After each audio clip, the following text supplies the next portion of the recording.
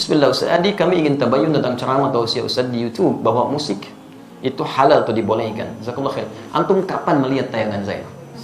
Ini poin pertama. Atau antum melihat utuh atau tidak? Yang kedua, apakah antum hadir di majlis itu cuma melihat atau cuma melihat cuplikan? Yang ketiga, dalam suasana apa saya menjawab pertanyaan itu? Karena setiap materi yang disampaikan, setiap majlis itu suasananya bisa berbeda. Apa yang ditanyakan nggak bisa antum bikinnya di hukum umum. Ini poin pertama. Yang kedua, antum mesti bedakan hukum dengan sikap hukum. Itu berbeda. Hukum dengan sikap hukum. Kalau antum ditanya hukum, antum mesti jujur. Gak boleh antum ambil sesuai selera antum aja. Yang pengen saya begini, itu sampaikan. Yang menurut Nabi padahal benar, antum tutupi karena hanya jamaah ikut keinginan antum. Itu gak boleh. Dosa itu antum. Sikap hukum itu beda. Misal, ada hukum, saya beri contoh, nanti saya teruskan ke musik ya. Ada hukum misalnya untuk sujud nih, setelah i'tidal. Ya, hukumnya ada dua secara umum. Yang pertama adalah sujud dengan menggunakan lutut dulu. Itu ada di Abu Daud nomor hadis 838 dari Wa'il bin Hujur, posisi paling kanan sebelah bawah. Taib. Yang kedua, ada menggunakan telapak tangan.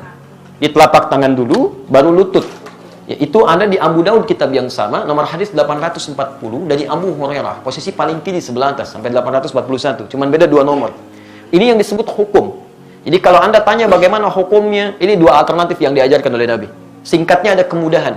Anda kalau ingin menggunakan lutut boleh, ingin menggunakan telapak tangan boleh. Karena kita sujud memang hanya menggunakan satu di antara dua itu.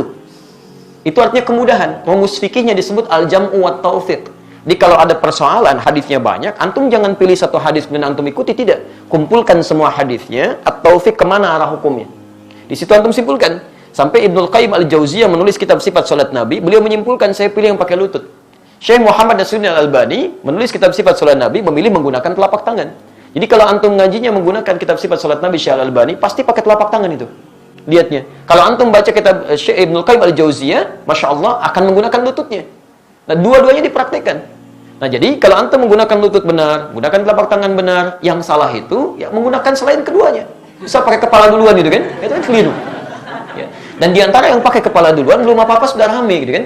Lihat orang pakai telapak tangan disebut ini salah nih, yang benar pakai ini. Mungkin antum ngambil salah satu aja. Dan yang tidak tepat ketika Anda mengajarkan pakai telapak tangan atau pakai lutut, Anda mengatakan nih yang lain salah nih, yang benar pakai ini. Hadisnya dhaif. Antum berani mendaifkan Syekh Ibnul Qayyim al-Jauziyah, antum siapa? Kan? Antum mengatakan yang pakai telapak tangan salah, antum di mana makamnya Syekh Al-Albani? Jadi jangan sampai kita yang belum tentu hafal hadisnya jadi pada rame. Hadisnya aja nggak tahu gitu kan? Ya itu hukum. Adapun sikap hukum itu pilihan antum terhadap hukum. Antum bersikap ingin menggunakan lutut silakan. Bersikap ingin menggunakan telapak tangan itu silakan. Itu nggak ada masalah di sini. Jelas di sini?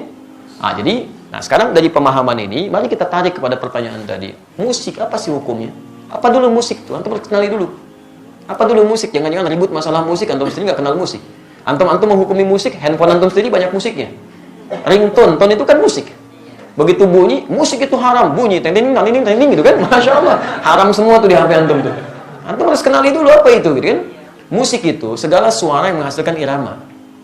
Ingat ya, kami alhamdulillah saya sampai S2 itu, spesialis saya di bahasa Arab. Saya senang tafsir Quran. Saya sangat cinta Quran. Ya? Dan alhamdulillah untuk memahami Quran, saya harus paham bahasa Quran. Maka saya belajar di bahasa itu. Dan turunannya nanti, ada pembahasan tentang syair. Yang di syair itu salah satu subbabnya pembahasan tentang musik. Karena unsur dari syair itu musik, salah satunya. Musik segala suara yang menghasilkan irama. Jadi setiap suara menghasilkan irama itu disebut dengan musik. Jelas di sini? Ini dibagi dua nanti. Ya. Yang pertama, ada yang tidak menggunakan alat. Jadi suara. Dan orang Arab sudah terbiasa tentang itu.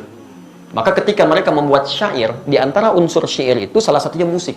Kalau antum belajar jurusan bahasa Arab, berbicara tentang syair itu pasti itu akan belajar itu. Di antaranya ada irama, musik di situ.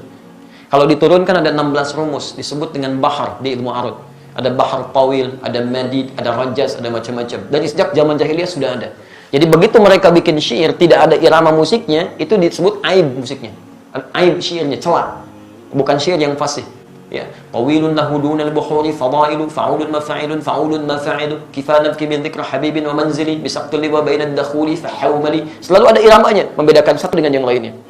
Nah, pada yang seperti ini bahkan turun ayat Quran. Saya ulang ya, bahkan surah khusus yang membahas tentang kebiasaan mereka. Surah ke-26 disebut Asy-Syu'ara. Asy-Syu'ara itu jamak dari kata syair yang berarti pemusik, penyair. Nggak pakai O, penyair. Oh, itu penyair. Saya ulang ya, penyair. Jamaknya asy'ara. Tayyib, kalau antum baca nanti dari ayat 224 sampai ke ujungnya, singkatnya apa? Ada kebiasaan-kebiasaan mereka ketika ayat turun dicela oleh Quran. Dicela oleh Quran. Wasyu'ara'u yattabi'uhumul ghawun, dan para penyair itu seringkali menghadirkan hal yang tidak bermanfaat. Wa hum fi kulli wadin yahimun, ada yang datang ke lembah-lembah nyari inspirasi sehingga ibadah ditinggalin. Datang ke lembah, jadi apa Pak? Jadi ilham. Kan ilham tetangga Bapak. Oh enggak, saya yang di sini. Jadi itu, jadi inspirasi, nulis macam-macam. Sehingga maaf, kebaikan-kebaikan diabaikan. Kan sholat tertinggal, macam-macam tertinggal. Zaman jahiliyah banyak yang begitu. Sehingga ketika zaman Islam dibedakan. Yang seperti ini gak ada banyak manfaatnya. Bahkan ada yang menuduh Nabi SAW. Ada yang menyerang Nabi dengan syair. Banyak. Ada Zuhair bin Abi Salma sebelum dia tobat. Nyerang Nabi itu. Disebutkan begini, dan sebagainya. Apa yang terjadi? Sisi lain, banyak juga penyair muslim. Di antaranya Hasan bin Sabit. Hasan bin Sabit bahkan langsung disebut sebagai syairun Nabi. Seorang penyair yang membela Nabi SAW. Jadi begitu di sudut sana mencela Nabi, di sini kemudian membalas.